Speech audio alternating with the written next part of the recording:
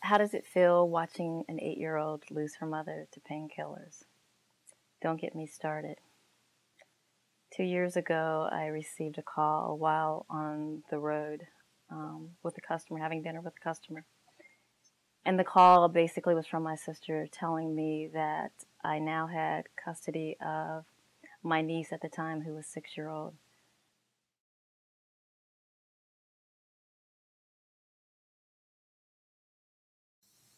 My life went from it just being me to now having a 6-year-old who is now 8-year-old that I'm responsible for, and having to come back into town to explain to this child that her mother was gone, and explain to her that while her mother was gone, we were still going to be okay.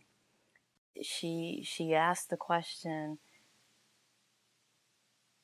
do you know what it feels like to not have your mommy who's there for you?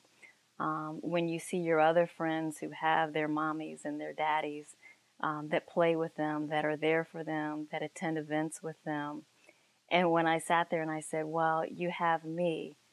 And then to have an 8-year-old stare you in the face and say to you, well, how would you feel if you didn't live with your mommy or your daddy?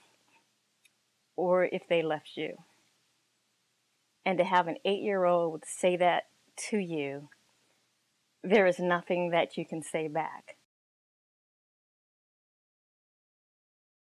Despite the drugs, I think she was able to comprehend and recognize that she was giving her child away. And so that was a hard decision for her. But she knew that it was in the best interest of the child. And the magistrate told her that you're making the right decision. And that day just changed both of our lives.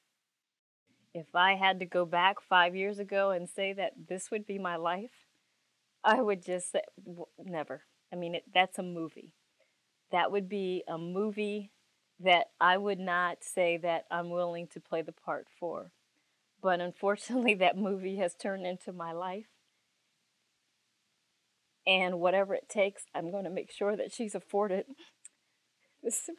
I'm done. The same opportunities that any other child has.